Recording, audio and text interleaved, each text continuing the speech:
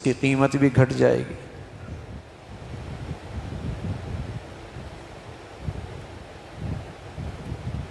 تو کسی بھی چیز کی جو بڑائی اور اس کی اچھائی اور اس کا کمال یا اس کا گھٹیا ہونا، اس کا پیمانہ اس کا مقصد ہے کہ وہ مقصد پہ کتنا پورا اتر رہا ہے، اسی سے اس کی قیمت لگتی ہے۔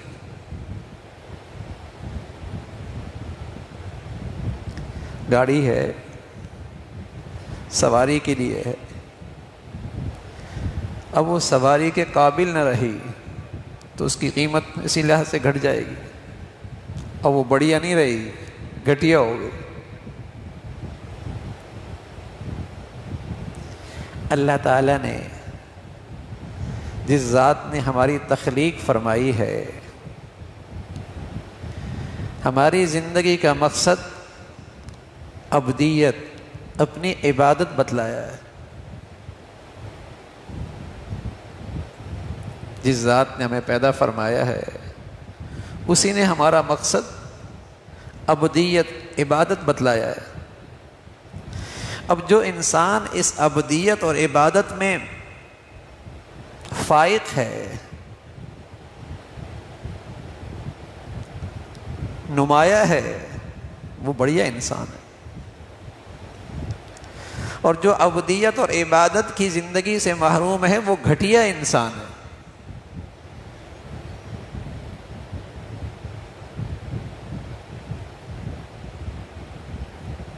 لباس کیسا پہنتا ہے، سواری کیسی ہے، اسٹیٹس کیسا ہے، کاروبار کیسا ہے، آمدنی کیسی ہے، انسان کی بڑائی کے نقشے یہ نہیں ہیں۔ جس ذات نے اس انسان کو پیدا کیا ہے اور جس مقصد کے لیے پیدا کیا ہے، آدمی کی بڑائی اور گھٹائی اس کے مقصد کے پیمانے سے ہوتی ہے کہ یہ مقصد پہ کتنا اتر رہا ہے۔ تو جس کریم ذات نے ہمیں پیدا فرمایا، اس ذات نے ہمارا مقصد بتایا، عبدیت، عبادت۔ اما خلقت الجن والانس الا لیعبدون، عبدیت۔ اب پیارے رسول صلی اللہ علیہ وسلم اس عبدیت اور عبادت میں سب سے باکمال، سب سے فائق، اس لیے آپ افضل الانسان، اشرف الکائنات، ساری انسانیت میں سب سے افضل، پوری کائنات میں سب سے بڑا شرف کہ آپ عبادت میں، عبدیت میں کمال پر، سب پر فائق تھے۔ تو آپ کا مقام بھی ایسا ہی ہے،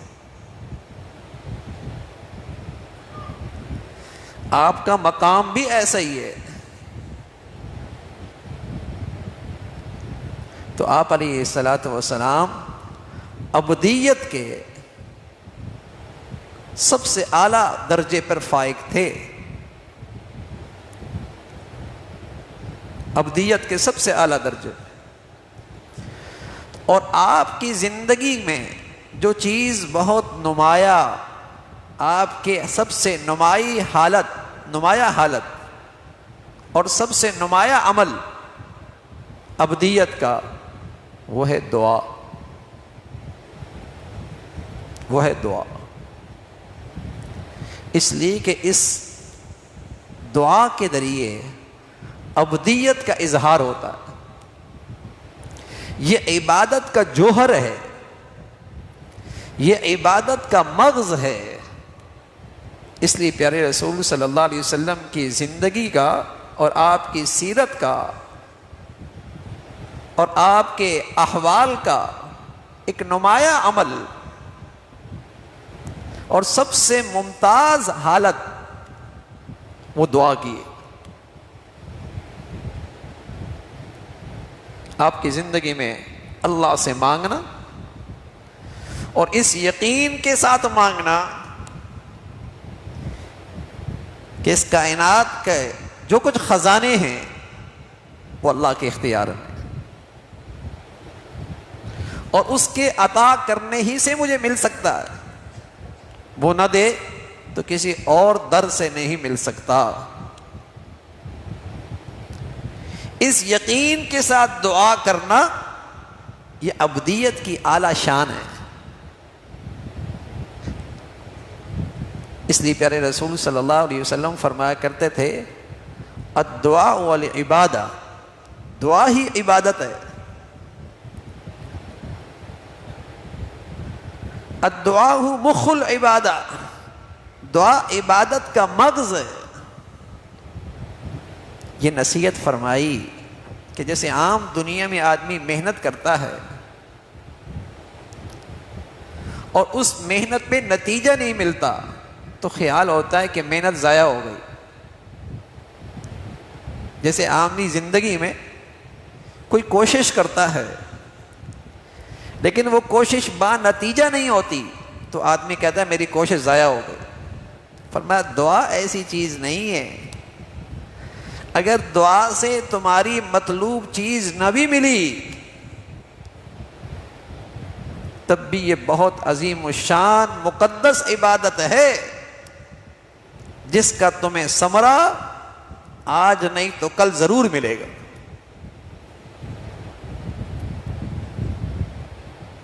یہ عبادت ہے، یہ ایسی کوشش نہیں کہ اگر تمہیں اس کا نتیجہ سامنے نہ آیا تمہاری دعا تمہارا یہ محنت ضائع ہو گئی۔ فرمایا نا اس کا ثمرہ آج نہیں تو کل ضرور ملے گا۔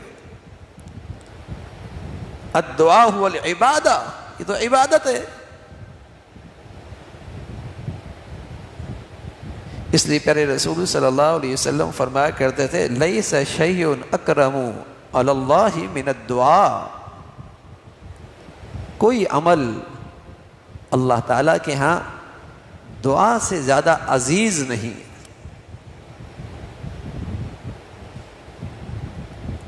پیارے نبی فرمایا کرتے تھے من فتح لہ منکم باب الدعاء فتحت لہ ابواب الجنہ، جس شخص کے لیے دعا کا دروازہ کھل گیا اس کے لیے تو رحمتوں کے دروازے کھل گئے، بشرطیہ کہ وہ دعا ہو،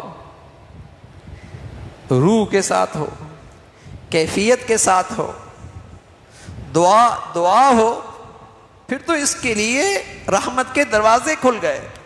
جس کو مانگنا آ گیا، جس کو اللہ تعالیٰ سے مانگنا آ گیا اس کے لیے تو اللہ تعالیٰ کے رحمتوں اور عنایات کے دروازے کھل گئے۔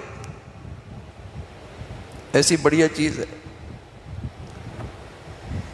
ایسی بڑھیا چیز ہے دعا۔ پیارے نبی صلی اللہ علیہ وسلم فرمایا کرتے تھے الدعاء ينفع مما نزل ومما لم ينزل فعلیکم عباد اللہ بالدعاء،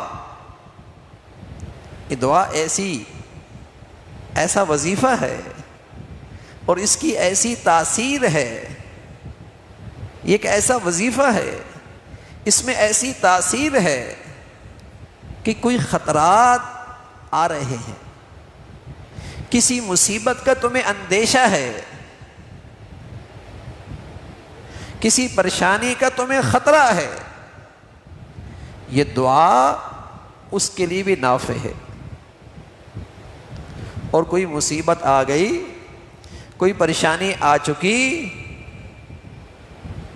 اس دعا کے ذریعے تمہیں اس سے بھی عافیت نصیب ہو جائے گی۔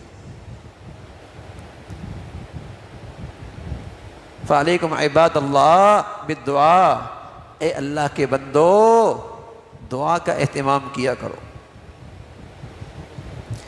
فعلیکم عباد اللہ بالدعاء، اے اللہ کے بندو دعاؤں کا اہتمام کیا کرو۔ پھر نبی صلی اللہ علیہ وسلم فرمانے لگے الا ادلکم علی ما ینجیکم من عدوکم، وَيَدُرُّ لَكُمْ أَرْزَاقَكُمْ، ہم تمہیں ایسی چیز نہ بتائیں جس سے تمہیں دشمنوں سے بھی بچاؤ ہو اور وہ تمہیں خوب رزق بھی دلائے؟ یہ دو چیزیں نا، حاسد، شریر، دشمن، برائی چاہنے والے.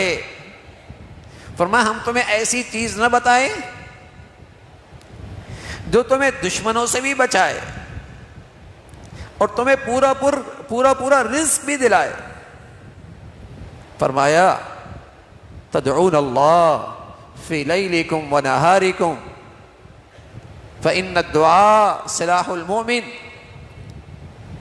پھر دن میں بھی رات میں بھی دعاؤں کا اہتمام کرو، اس لیے کہ دعا مومن کے لیے بڑی طاقت کی چیز ہے.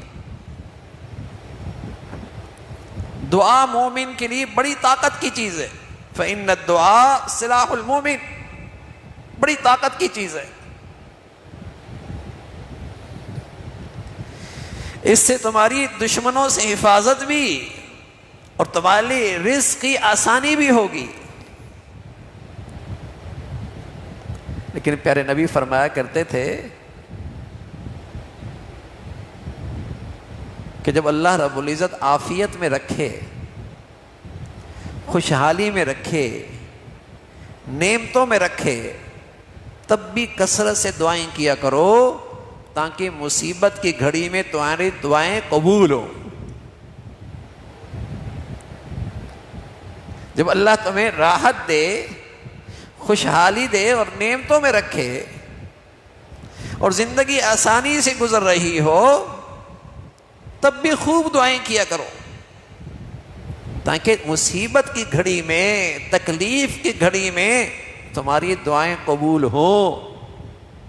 اس لیے کہ جو لوگ صرف مصیبت اور پریشانی میں دعائیں کرتے ہیں، انہیں اللہ کی رحمت پہ اعتماد کم ہوتا، انہیں اللہ کی ذات پہ بھروسہ کم ہوتا ہے، تو ان کی دعائیں بے روح اور بے جان ہوتی. اور جو ہر حال میں اللہ سے مانگتے ہیں ان کا اللہ تعالیٰ سے رابطہ قوی ہوتا ہے، ان کا اللہ تعالیٰ سے رابطہ مضبوط ہوتا ہے، انہیں اللہ تعالیٰ پہ بڑا اعتماد، اللہ کی رحمت پہ بڑا یقین. پھر جب وہ مصیبت اور پریشانیوں میں دعائیں کرتے ہیں، ان کی دعائیں قبول ہوتی،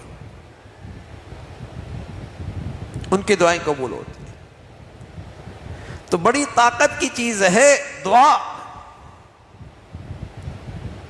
عبودیت کا جوہر ہے، عبادت کا مغز ہے. پیارے رسول صلی اللہ علیہ وسلم کی زندگی کا ایک نمایاں حال اللہ سے سوال کرنا ہے، اللہ سے مانگنا ہے. اور پیارے نبی فرمایا کرتے تھے اپنی مانگ میں اختیار نہ دو اللہ کو کہ اللہ آپ چاہیں گے تو مغفرت فرما دیں، آپ چاہیں تو رحمت دے دیں، آپ چاہیں تو رزق دے دیں، بلکہ عزم کے ساتھ کہیں اے اللہ مغفرت کر دے، رحمت فرما دے، رزق دے دے. اختیار نہیں، محتاج بنے، تکبر نہیں، احتیاج فقیر بنے، بے نیازی نہیں. یہ نہیں کہ اللہ آپ چاہیں تو مغفرت فرما دیں، نہ تو نہ معاف فرمائے، آپ چاہیں تو رحمت فرمائے اور چاہیں تو نہ فرمائے، آپ چاہیں تو رزق دیں چاہے تو نہ دے. نہ یقین کے ساتھ، عزم کے ساتھ، اللہ محتاج فقیر، تیرے در کے سوا کوئی در بھی نہیں، مغفرت فرما دے، رحم کر دے، رزق دے دے. اس پر اصرار.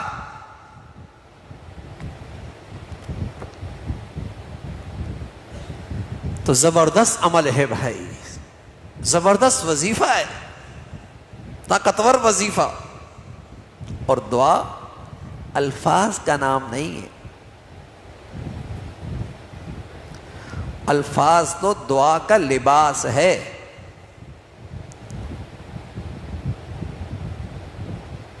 الفاظ تو دعا کا لباس ہے، اصل دعا تو دل کی کیفیت ہے، دل کی تڑپ ہے، دل کی سچی طلب ہے، دل میں اللہ کی ذات پہ صحیح یقین ہے، یہ دعا کی روح ہے، یہ دعا کی روح ہے۔ الفاظ یہ تو دعا کا لباس ہے، اصل دعا دل کی تڑپ، دل کی طلب، اللہ کی ذات پہ یقین، بھروسہ، یہ دعا ہے۔ امن یجیب المضطر اذا دعا ویکشف السوء، دل میں تڑپ ہو۔ حجاج طواف کر رہا تھا، اس کا ظلم بھی بڑا مشہور تھا۔ ایک شخص کی آنکھوں کی بینائی ایک آنکھ کی جا چکی تھی، طواف میں وہ اللہ سے بینائی مانگ رہا تھا، دعا مانگ رہا تھا بینائی واپس آ جائے۔ حجاج پاس سے گزرا، دیکھا کہ یہ دعا کر رہا ہے یا کچھ اور کر رہا۔ کہا طواف مکمل ہونے تک اگر تیری بینائی واپس نہ آئی تو سر تیرے جسم پہ نہیں ہوگا، سر قلم کر دوں گا۔ اس کا ظلم بھی مشہور تھا۔ پہلے مسئلہ بینائی کا تھا، اب جان پہ آ پڑی ہے۔ اب جو اس نے مانگنا شروع کیا، طواف پورا ہونے سے پہلے بینائی واپس آ گئی۔ حجاج کہنے لگا جیسے تو پہلے مانگ رہا تھا، ساری زندگی بھی مانگتا رہتا، کچھ نہیں مل رہا تھا۔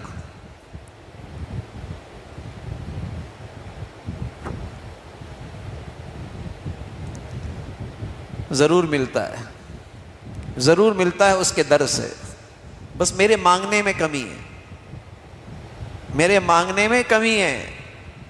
ملتا ضرور ہے، اس کے در سے کوئی سوالی محروم نہیں رہتا۔ وہ ذات تو ایسی ہے جو یہ کہتی ہے من لم یسأل اللہ یغضب علیہ، جو مجھ سے سوال نہیں کرتا اس سے میں ناراض ہوتا ہوں۔ دنیا میں کہیں ایسا نہیں ہے، ماں باپ تک بھی ایسے نہیں ہیں۔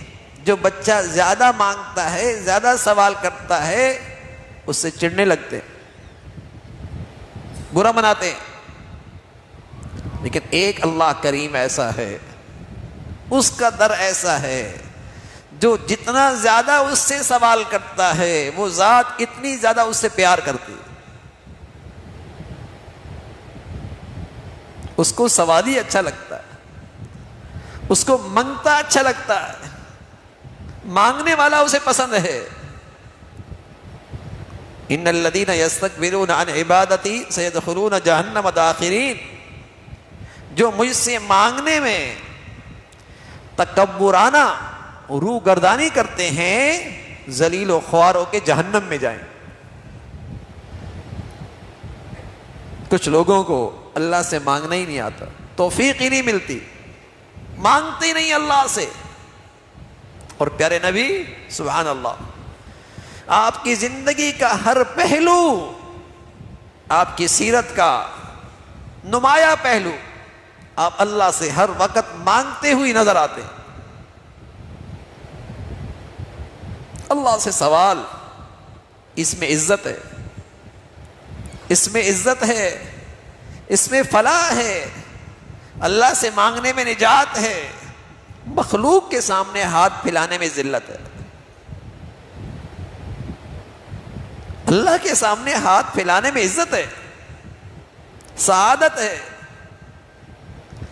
بندگی کی اعلی شان ہے، عبودیت کا اظہار ہے، اللہ کا قرب نصیب ہوتا ہے، رحمتوں کے دروازے کھلتے ہیں۔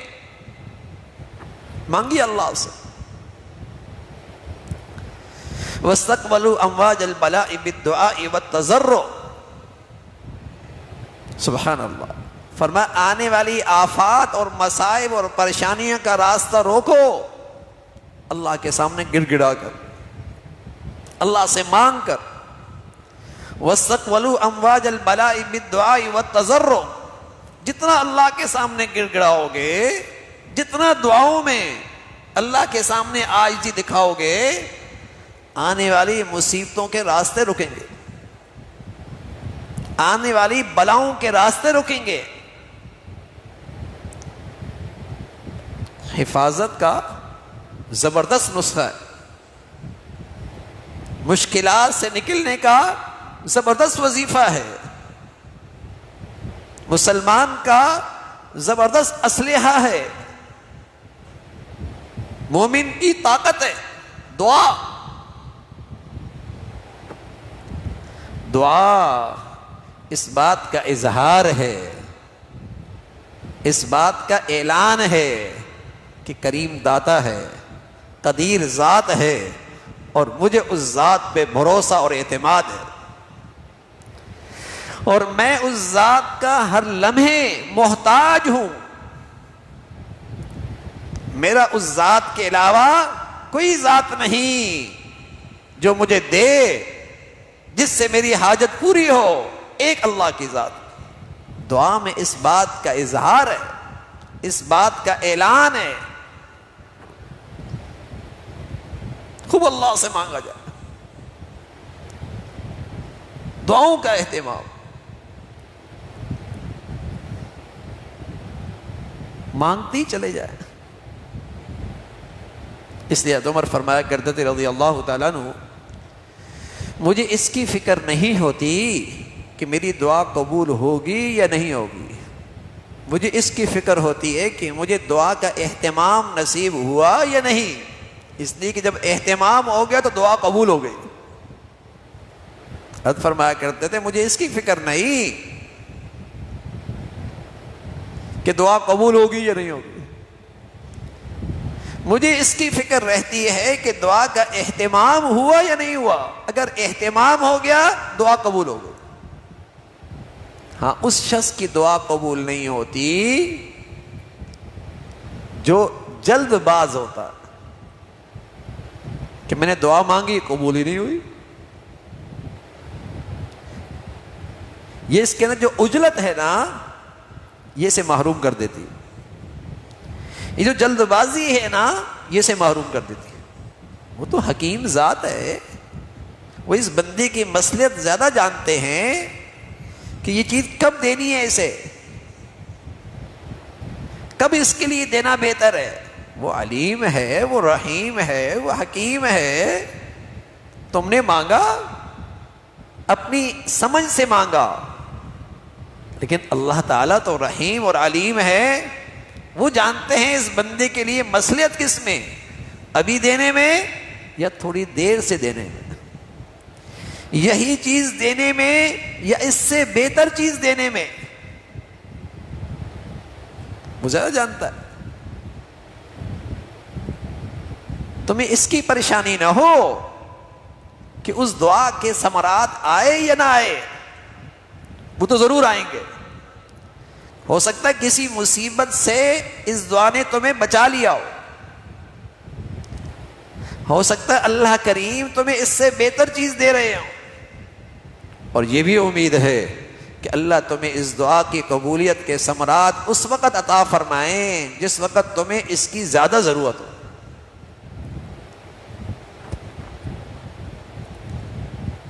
زیادہ ضرورت. بس تم مانگنے میں کوتاہی نہ کرو.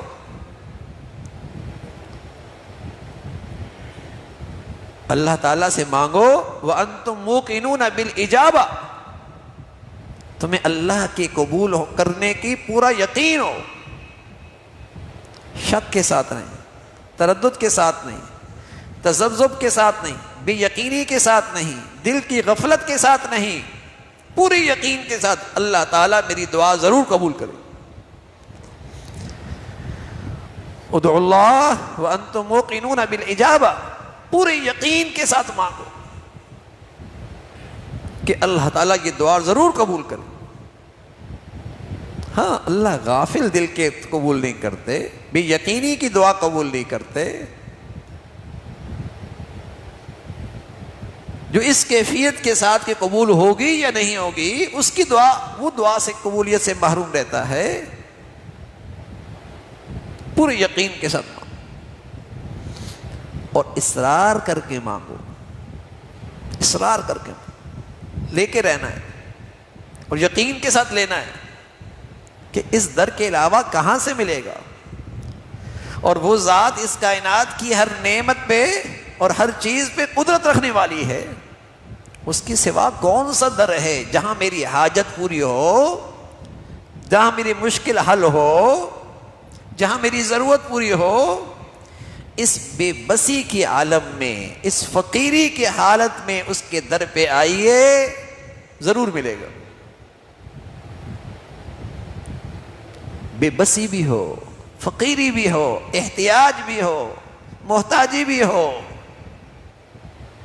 ظاہر باطن میں عبدیت نظر آ رہی ہو کہ محتاج بندہ ہے،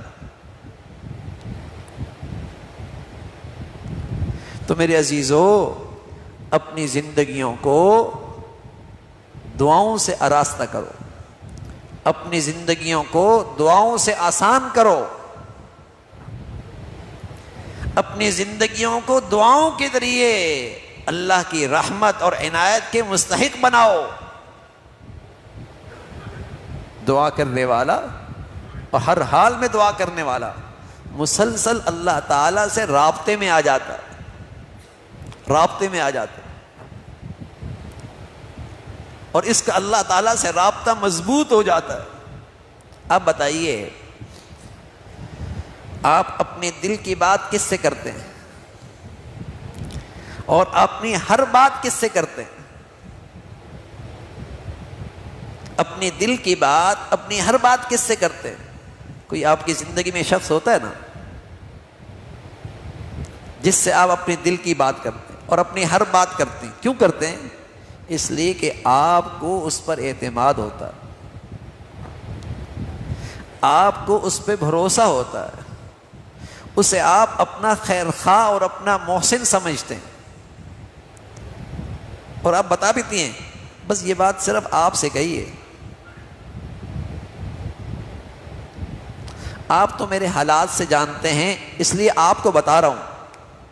ایسا ہی ہوتا ہے۔ یہ کس کی نشانیاں ہوتی ہے کہ ان کا آپس میں بڑا گہرا رابطہ ہے، ان کا آپس میں بڑا بھروسے کا تعلق ہے، ان کا آپس میں بڑا بھروسے کا تعلق ہے۔ سبحان اللہ، جب بندہ اپنی چھوٹی اور بڑی، اپنی ہر چیز اللہ سے رکھنا شروع کر دیتا ہے تو یہ کس بات کی علامت ہوتی ہے؟ اس کا اللہ سے بڑا خاص رابطہ ہے، اس کا اللہ پر بڑا بھروسہ ہے،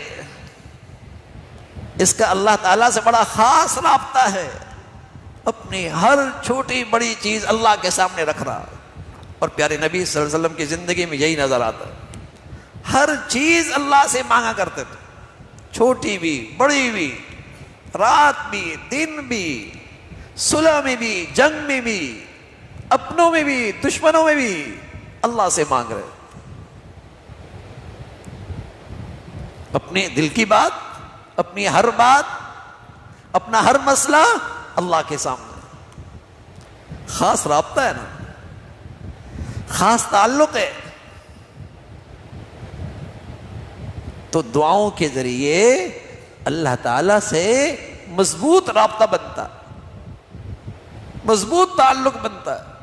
اور یقین جانیے جس کا دعاؤں کے ذریعے اللہ سے مضبوط رابطہ بنتا ہے وہ زندگی کی کسی مشکل میں مایوس نہیں ہوتا، یقین جانیے،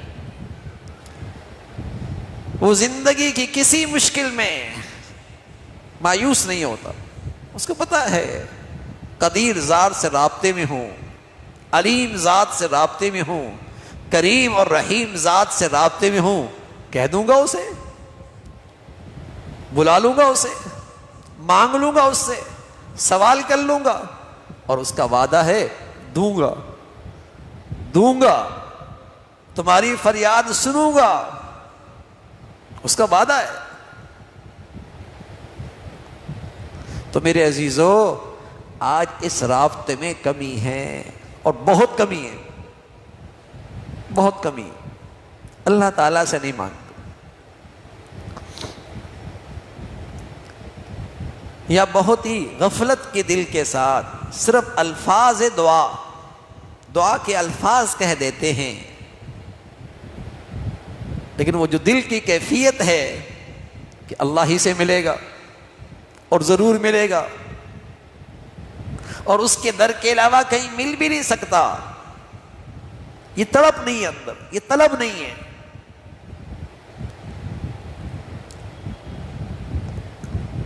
تو دعاؤں کے ذریعے اللہ تعالیٰ سے یہ رابطہ مضبوط کیجیے، رابطہ مضبوط کیجیے، اور خوب دعائیں کیجیے، معمول بنائیے. پیارے نبی صلی اللہ علیہ وسلم نے بتایا کہ فرض نماز کے بعد دعا قبول ہوتی ہے، ختم قرآن پہ دعا قبول ہوتی ہے، لیکن بتایا کہ یہ دعا مستقل عبادت ہے، کسی عبادت کا حصہ نہیں کہ عبادت کوئی ہوگی تو پھر دعا کریں گے. یہ آپ بستر پہ بیٹھے بیٹھے بھی کر سکتے ہیں، گاڑی میں چلتے چلتے بھی کر سکتے ہیں،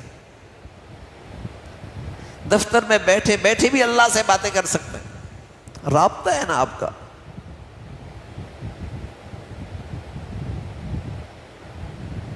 بس دل کی کیفیت ٹھیک ہو،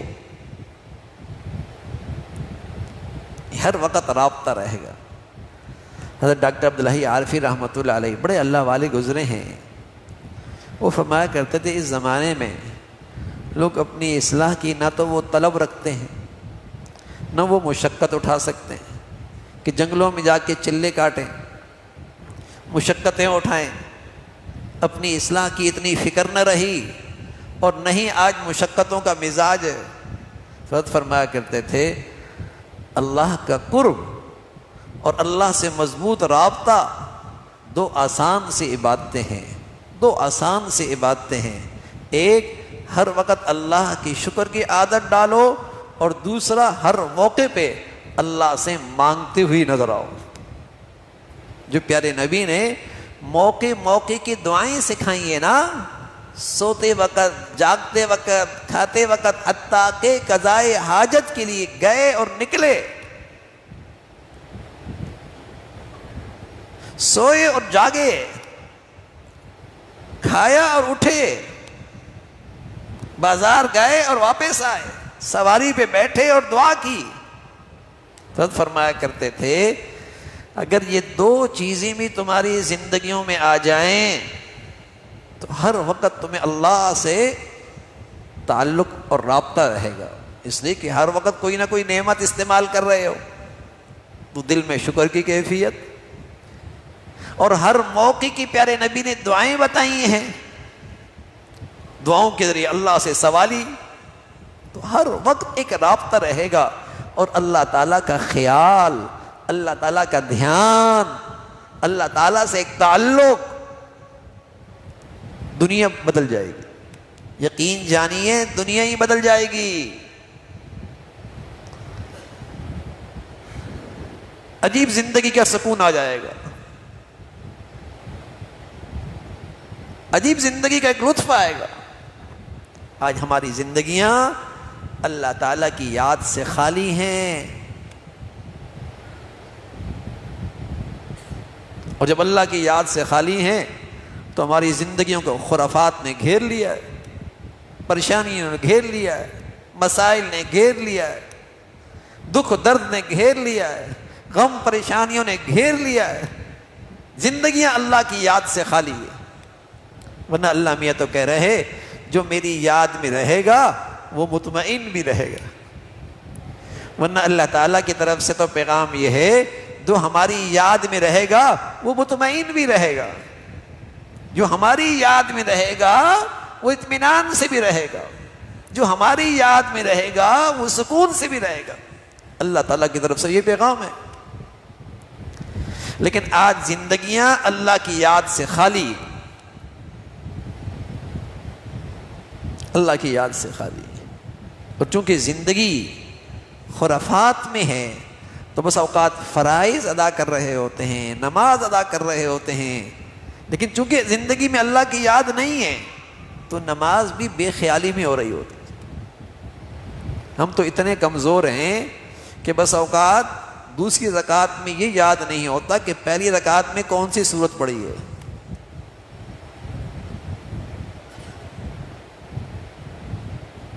دوسری رکعت میں یہ یاد نہیں ہوتا کہ پہلی رکعت میں کیا پڑھا ہے۔ بس ایسا لگتا ہے بٹن دبا دیا، اللہ اکبر کہہ دیا، خود بخود چل رہا۔ زندگی بے خیالی میں گزر رہی ہے، اللہ کی یاد سے خالی ہے۔ تو نماز جیسے فریضے کے اندر بھی اللہ کی یاد نہیں رہتی، اللہ تعالیٰ کا خیال نہیں ہوتا، اس ذات کا دھیان نہیں ہوتا۔ زندگی اللہ کی یاد سے خالی، اس لیے بس اوقات نماز جیسا فریضہ ادا کرتے ہیں تو کچھ محسوس نہیں ہوتا کہ پڑھی ہے اس کا کیا فائدہ، اور نہ پڑھتے تو کیا نقصان ہوتا، کوئی محسوس نہیں کرتے۔ نہ اس دل میں تازگی آتی ہے اور نہ ہی اندر کی ویرانگی محسوس ہوتی ہے، مردہ۔ حالانکہ اللہ کے نبی صلی اللہ علیہ وسلم فرمایا کرتے تھے اللہم اجعلنی من الذین اذا احسنوا استبشروا، اللہ مجھے ان لوگوں میں بنا دے کہ جو نیکی کریں تو خوش ہوں، وَإِذَا أَسَاءُوا اسْتَغْفَرُوا، اور جب ان سے غلطی ہو جائے تو معافی مانگے۔ یعنی نیکی کر کے خوش ہونا یہ اندر کی زندگی کی نشانی ہے، اور غلطی ہو جائے اور فوراً ندامت ہو یہ اندر کی ایمان کی نشانی ہے، لیکن کوئی کیفیت محسوس نہیں ہوتی۔ نہ نماز پڑھنے پہ کوئی چیز محسوس ہوتی ہے، نہ کوئی چھوڑنے پہ کوئی شرمندگی ہوتی ہے، مردہ۔ اس لیے کہ زندگیاں، یہ دل اللہ کی یاد سے خالی ہے۔ تو میرے عزیزو، دعا ایک زبردست وظیفہ ہے، زبردست عمل ہے، بہت بڑھیا عبادت ہے۔ ہر وقت اللہ تعالیٰ سے رابطے میں آ جائیں گے اور اس کی رحمتیں اور عنایتوں کے دروازے کھلیں گے۔ اس کا اہتمام اپنی زندگیوں میں ہو۔ ایک تو یہ ہو کہ 24 گھنٹے میں کوئی ایک وقت 8-10 منٹ صرف دعائیں اللہ سے مانگے جائیں۔ یہ رات کا آخری حصہ مل جائے بہت ہی مبارک، فجر سے پہلے مل جائے بہت مبارک، ورنہ 24 گھنٹے میں کوئی وقت مل جائے 6-7-8 منٹ صرف اللہ سے دعائیں کر رہے ہیں، 24 گھنٹے کا یہ ایک وظیفہ بنا لیں۔ اور ساتھ ساتھ جو موقع کی دعائیں ہیں جو ہم بے خیالی میں کر رہے ہوتے ہیں، وضو کے بعد کی دعا، ہم سب صبح اٹھے ہیں لیکن صبح اٹھنے کی کیا دعا ہے؟ سب اٹھے ہیں نا، دعا اٹھتے تو ہیں لیکن دعا نہیں پڑھتے، سوتے ہیں دعا نہیں پڑھتے۔ ایک کتاب ہے حضرت شیخ الاسلام صاحب کی پر نور دعائیں، چھوٹی سی ہے، آدمی اس کو اپنے سرانے کے پاس رکھ لے اور اس کے دعاؤں کو یاد کرتا رہے اور دن بھر ان دعاؤں کو اپنا معمول بنا لے۔ کوئی دیر نہیں لگتی، کوئی وقت نہیں لگتا، لیکن اپنی زندگی میں ایک تازگی محسوس کرو گے، اللہ کی یاد کی برکتیں محسوس کرو گے اور اپنے کاموں میں آسانیاں محسوس کرو گے۔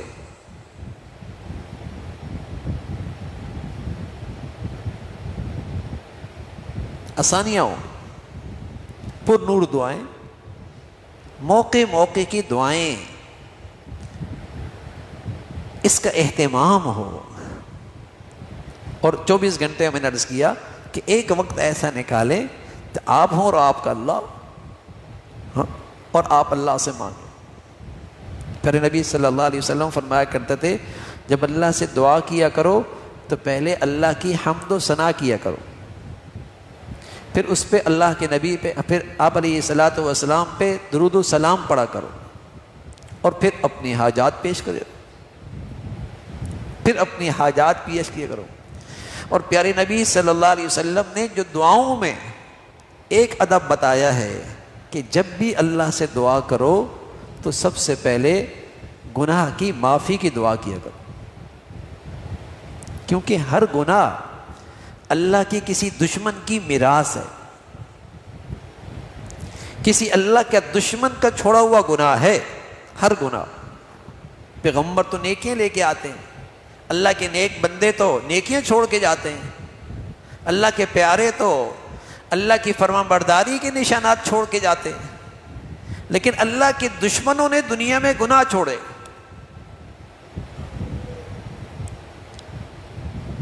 تو سب سے پہلے اللہ تعالیٰ کے سامنے اپنی حاجات رکھنے سے پہلے اللہ کی دشمنوں کی صف سے نکلیں، ان کے گناہوں کو چھوڑیں، اس پہ معافی مانگیں، تاکہ دوستوں کی صف میں آئیں اور اللہ کی رحمت تمہاری طرف متوجہ ہو، اللہ کی عنایات متوجہ ہو۔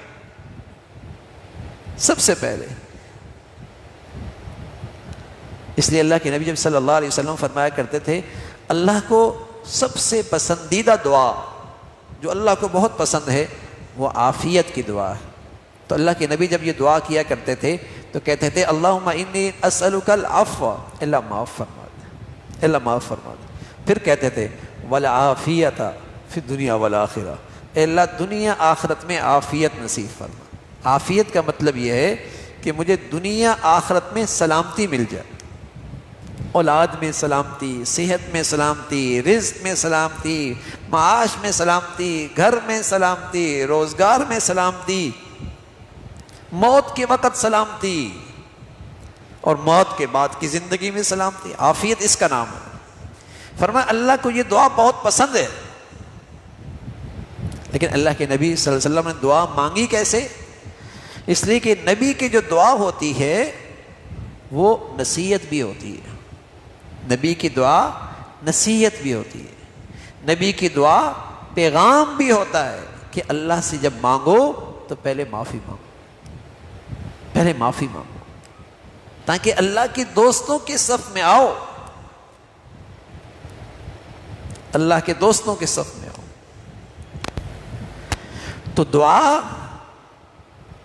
اہمیت کے ساتھ ہو، دعا کی عظمت کے ساتھ ہو، دعا یقین کے ساتھ ہو، دعا اصرار کے ساتھ ہو، دعا میں جلد بازی نہ ہو، دعا میں پیارے نبی صلی اللہ علیہ وسلم پہ درود ہو، اللہ کی حمد و ثنا ہو، اور سب سے پہلے اللہ تعالیٰ سے سچی معافی ہو۔ پھر اس دعا کے ثمرات اور اس دعا کی قبولیت یقینی ہے، یقینی ہے۔ تو لوگ پوچھتے ہیں کوئی وظیفہ بتائیں، کوئی وظیفہ بتائیں، تو دعا سے بڑا تو کوئی وظیفہ نہیں ہوتا، لیکن لوگوں کا مزاج ہے کوئی نئی چیز، اس لیے کہ دعا تو سبھی کرتے ہیں، کوئی نئی چیز۔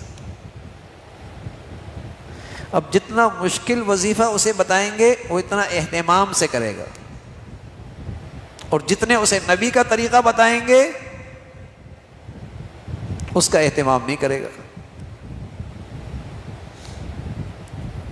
تو مؤثر وظیفہ پیغمبر، اللہ کا نبی، مچھلی کے پیٹ میں، اندھیروں میں، تو کیا کر رہے ہیں؟ کون سا وظیفہ استعمال کیا؟ دعا کا، کہنے لگے لا الہ الا انت سبحانک انی کنت من الظالمین۔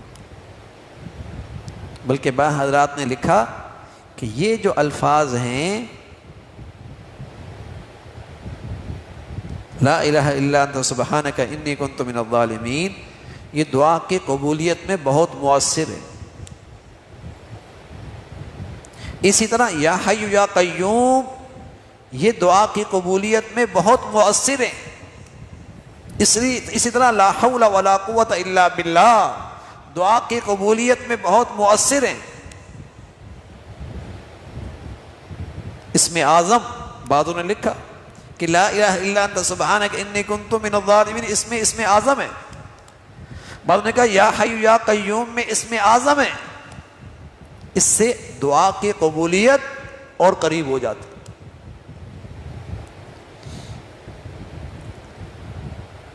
تو پیغمبر نے دعائیں کی، مشکلات سے کیسے نکلے؟ دعائیں کی. آسانیاں کیسی پیدا کی؟ دعائیں کی ہیں. تو میرے عزیزو، دعا زندگی کو آسان کرتا ہے، دعا زندگی کو محفوظ کرتی ہے، دعا مصائب اور بلاؤں کو روک دیتی ہے. اور خاص طور پہ جب اللہ رب العزت نے آسانیاں فرما رکھی ہیں اور نعمتیں دے رکھی ہیں، خوشحالی دے رکھی ہے، تو پیارے نبی صلی اللہ علیہ وسلم خوب دعائیں کیا کرو، تاکہ کبھی کوئی آفت آ جائے، آزمائش آ جائے تو دعا قبول ہو جائے. اس لیے کہ جو آدمی آسانیوں میں اللہ کو نہیں پکارتا اور آسائشوں میں اللہ کو نہیں پکارتا اور پریشانیوں میں جب پکارتا ہے تو اللہ کے فرشتے کہتے ہیں اے اللہ یہ نامانوس آواز ہے، یہ نامانوس آواز ہے. اور جو ہر حال میں اللہ کو پکارتا ہے اور پھر کسی آزمائش میں آتا ہے تو فرشتے کہتے ہیں، بلکہ سفارش کرتے ہیں کہ اللہ یہ مانوس آواز ہے، قبول ہو جائے. فرشتے سفارش کرتے ہیں. تو اللہ تعالیٰ سے ہر حال میں مانگنا چاہیے. تو ایک تو 24 گھنٹے میں کوئی وقت مقرر ہو جس میں اہتمام سے دعائیں، اور دوسرا آپ علیہ الصلوۃ والسلام نے جو موقع کی دعائیں دی ہیں. اور سچ یہ ہے کہ جس طرح پیارے نبی نے اللہ سے مانگا ہے ایسا کوئی نہیں مانگ سکتا، ایسا کوئی نہیں مانگ سکتا. یہ خزانہ ہے، خزانہ اس امت کے پاس. جو روحانی خزانے اس امت کو ملے ہیں نا، ان میں ایک بڑا خزانہ دعاؤں کا ہے جو پیارے نبی کے واسطے سے اس امت کو نصیب ہوا. اللہ سے مانگنے کا طریقہ، اللہ سے کیا مانگنا ہے، کیا چیز مانگنی ہے، کیسے مانگنا ہے، یہ خزانہ اس امت کو ملا ہے. زبردست دعائیں. پیارے نبی صلی اللہ علیہ وسلم کی ایک دعا ہے، اللہم اجعل خیر عمری آخرہ، اللہ میری زندگی کا آخری پہرا اچھا کر دے. وخیر عملی خواتمہ، میرا خاتمے کا عمل سب سے اچھا کر دے. وخیر ایامی یوم القاک فیک، اور میرے دنوں میں وہ دن سب سے اچھا کر دے جو میری زندگی کا آخری دن ہو. زندگی کا آخری دن اچھا ہو جائے، آخری عمل اچھا ہو جائے، آخری حصہ اچھا ہو جائے، مزے نہ آ جائے.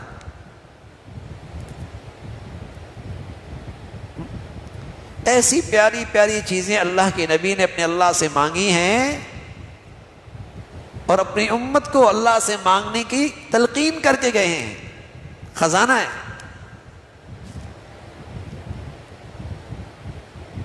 تو میرے عزیزو، خوب یقین سے مانگیں، خوب اہتمام سے مانگیں اور کثرت سے مانگیں، کثرت سے مانگیں، کثرت سے مانگیں اور دل کی کیفیت کے ساتھ مانگیں. اس خزانے میں کوئی کمی نہیں ہے، اس کی عطا میں کوئی کمی نہیں ہے. اس کا تو پیغام ہے کہ میں تمہیں دوں گا اور میں تمہاری فریاد سنوں گا. اجیب دعوت الداعی اذا دعان، میں سنوں گا، میں قبول کروں گا، میں عطا کروں گا.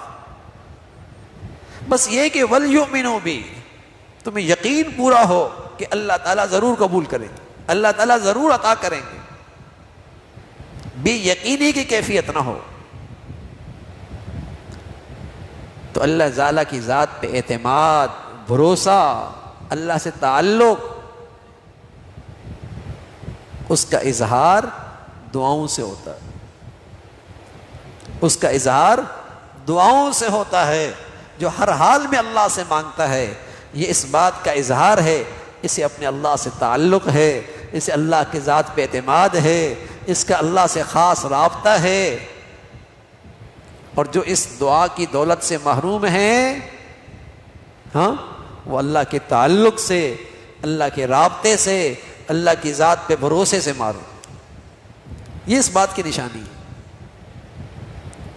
اور اسی سے اللہ سے تعلق بڑھتا بھی ہے، اسی سے اللہ تعالیٰ سے رابطہ بڑھتا بھی ہے، اسی سے اللہ کا قرب بھی بڑھتا ہے۔ خوب دعاؤں کا اہتمام ہو۔ تو میرے عزیزو، اللہ تعالیٰ ہمیں ہر حال میں اپنے در کا سوالی بنائے اور اپنے در کا مانگنے والا بنائے، اور مخلوق سے بے نیازی عطا فرمائے اور اپنے در کا نیاز مند بنائے، اپنے در کا نیاز مند بنائے، اور مخلوق سے اللہ محتاجی سے اور ان کی سامنے ہاتھ پھیلانے سے ہمیشہ محفوظ فرمائے۔ اللہ تعالیٰ بھائی جو کچھ کہا سنا عمل کی توفیق نصیب فرمائے۔ وآخر دعوانا الحمدللہ رب العالمین۔ اللہم لک الحمد کلو ولک الشکر کلو، اللہم لک الحمد کلو ولک الشکر کلو، اللہم صلی علی سیدنا محمد وعلی آل سیدنا محمد وبارک وسلم۔ سبحان اللہ وبحمدہ، سبحان اللہ العظیم، عدد خلقہ وزینۃ عرشہ ورضا نفسہ ومداد کلماتہ۔ اللہم لا نحصی ثناء علیک انت کما اثنیت علی نفسک، یا حی یا قیوم برحمتک نستغیث، یا حی یا قیوم برحمتک نستغیث، لا حول ولا قوة الا باللہ، یا حی یا قیوم برحمتک نستغیث، اصلح لنا شأننا کلہ ولا تکلنا الى انفسنا طرفة عین، ربنا آتنا فی الدنیا حسنہ وفی الآخرة حسنہ وقنا عذاب النار، ربنا آتنا فی الدنیا حسنہ وفی الآخرة حسنہ وقنا عذاب النار۔ اللہم انا نسألک العفو والعافیة فی الدنیا والآخرة، اللہم انا نسألک العفو والعافیة فی الدنیا والآخرة، یا ذا الجلال والاکرام، یا ارحم الراحمین۔ ہم سب کا کہا سنا اپنی بارگاہ میں قبول فرما، ہم سب کو اپنے پسند والا جینا نصیب فرما، اپنی پسند والی موت نصیب فرما، یا ارحم الراحمین۔ ہم سب کی ظاہری باطنی اصلاح فرما، ہمیں روحانی جسمانی صحت نصیب فرما، ہمیں روحانی جسمانی طاقت عطا فرما، اے مولا کریم ہمیں روحانی جسمانی لحاظ سے عافیت نصیب فرما، یا ارحم الراحمین۔ ہمیشہ اپنی فرما برداری کی زندگی عطا فرما، اپنی رضا والی زندگی عطا فرما، کلمے والی موت نصیب فرما، ہر حال میں ہر گھڑی اپنی ذات سے مانگنا نصیب فرما، صرف اپنے در کا سوالی بنا، صرف اپنے در کا فقیر بنا، اے مولا کریم صرف اپنی ذات کے سامنے جھکنا نصیب فرما، اے مولا کریم صرف اپنی ذات سے اپنی ذات کا منگتا بنا، مخلوق کے سامنے مخلوق کی محتاجی سے محفوظ فرما، مخلوق کے سامنے جھکنے سے محفوظ فرما، اے مولا کریم مخلوق کی محتاجی سے محفوظ فرما، اے مولا کریم صرف اپنے در کا اے مولا کریم سچا فقیر بنا، محتاج بنا، سوالی بنا، اے مولا کریم ہمیشہ اپنی رحمتیں عطا فرما، عنایات عطا فرما، قدم قدم پہ اپنی مدد اور نصرت عطا فرما، اے مولا کریم مخلوق کی محتاجی سے ہمیں ہماری اولادوں کو محفوظ فرما، اے مولا کریم اپنے فضل سے تمام حاضرین حاضرات سامعین سامعات کی تمام جائز حاجات کو پورا فرما، مشکلات کو آسان فرما، پریشانیوں کو ختم فرما، ہمیں اپنے بڑوں کے لیے صدقہ جاریہ بنا، عزت کا باعث بنا، سکون کا ذریعہ بنا، اور ہماری اولادوں کو ہمارے لیے راحت کا اور سکون کا اور عزت کا باعث بنا، انہیں اپنا بھی والدین کا فرما بردار بنا، یا ارحم الراحمین اپنے بچے بچیوں کی تعلیم تربیت زندگی کے صحیح فیصلے کرنے کی توفیق نصیب فرما، ہمارے لیے اولاد کی تربیت میں آسانیاں پیدا فرما، یا ارحم الراحمین جو اولاد کے ماں باپ پر اور بڑوں پہ حقوق ہیں بڑوں کے لیے ادائیگی آسان فرما، اور بچوں پر جو ماں باپ کی ذمہ داریاں اور حقوق ہیں ان بچوں کو ماں باپ کا فرما بردار بنا، یا ارحم الراحمین ہمیں اپنے گھروں کا ماحول دین کے مطابق ڈھالنے کی توفیق نصیب فرما، ہمیں ہمارے گھروں کو اور ہماری زندگیوں کو حاسدوں سے اور گناہوں کی نحوستوں سے محفوظ فرما، ہمیں زمینی آسمانی آفات سے محفوظ فرما، ہر قسم کی معذوری سے محفوظ فرما، مولا کریم ہر آنے والا دن ایمان عافیت کے لحاظ سے بڑھیا نصیب فرما، ایمان صحت کے لحاظ سے بڑھیا نصیب فرما، ایمان کے لحاظ سے نعمتوں کے لحاظ سے بڑھیا نصیب فرما۔ یا ارحم الراحمین ہمیشہ نعمتوں بھری زندگی عطا فرما اور اپنی نعمتوں میں شکر گزاری عطا فرما، اپنی فرما برداری عطا فرما۔ مولا کریم دنیاوی نعمتیں ہماری آخرت کی سنورنے کا ذریعہ بنا، آخرت کی خوشحالی کا ذریعہ بنا، نعمتوں کے آزمائش بننے سے، فتنہ بننے سے محفوظ فرما۔ یا ارحم الراحمین موذی امراض سے محفوظ فرما، بیماروں کو صحت کاملہ شفاء عاجلہ نصیب فرما۔ اے مولا کریم اپنے فضل سے، اپنے کرم سے ہمیں سلامتی عطا فرما۔ جو بچیاں گھروں میں ہیں مولا ان کے لیے نیک صالح رشتوں کا انتظام فرما۔ جو بچیاں گھروں میں جا چکی ان کے گھروں کو محبت اور تقوی سے آباد فرما۔ مولا کریم ہمارے گھروں کو ٹوٹ پھوٹ سے اور انتشار سے اور ہر قسم کی اختلافات اور بد اعتمادی اور بدگمانیوں سے ہمارے گھروں کو محفوظ فرما۔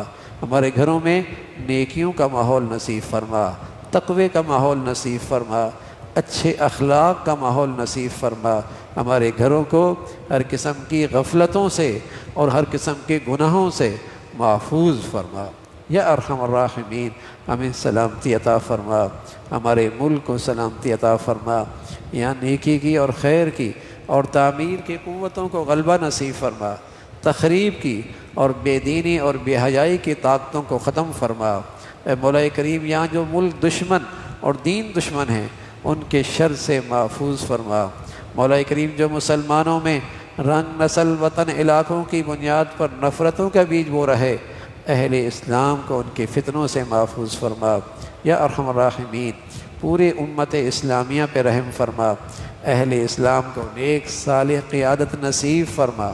اے مولا کریم دنیا بھر کے مظلوم مسلمانوں کی مدد اور نصرت فرما، غزہ اور فلسطین کے مسلمانوں کے لیے آسانیاں پیدا فرما، ان کے دلوں میں سکینہ نازل فرما۔ اے مولا کریم ان کی قربانیاں شہادتوں کے بدولت امت میں دینی ایمانی غیرت کو زندہ فرما۔ یا ارحم الراحمین اہل اسلام کو باہمی اتفاق و اتحاد نصیب فرما اور یہود و نصارہ کو اے مولا کریم اور مشرکین کو بہم دست گریبان فرما۔ اے مولا کریم جو مسلمانوں کے دشمن ہیں انہیں بہم آپس میں دست گریبان فرما، ان کی طاقت کو ان کے آپس میں ٹکراؤ پیدا فرما، ان کے شر سے اور ان کے ظلم سے مسلمانوں کی حفاظت فرما۔ ربنا تقبل منا انك انت السميع العليم وتب علينا انك انت التواب الرحيم وصلى الله على سيدنا محمد وعلى آله واصحابه اجمعين برحمتك يا رب۔